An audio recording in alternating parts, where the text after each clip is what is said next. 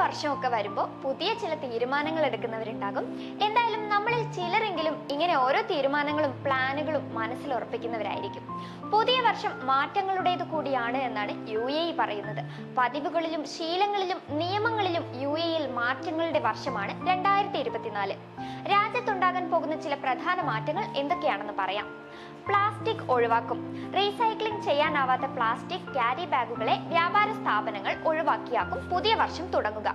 പുതിയ വിമാന service. Ittihad Airways Covid കാലത്ത് നിർത്തിവെച്ച Abu Dhabi Kozhikode, Abu Dhabi Thiruvananthapuram service പുനരാരംഭിക്കും.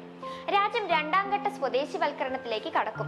IT, റിയൽ എസ്റ്റേറ്റ്, വിദ്യാഭ്യാസം, നിർമ്മാണം, ആരോഗ്യ സംരക്ഷണം എന്നിവ ഉൾപ്പെടെ 14 മേഖലകളിലെ 68 പ്രൊഫഷണൽ സാങ്കേതിക മേഖലകളിലാണ് സ്വദേശിവൽക്കരണം.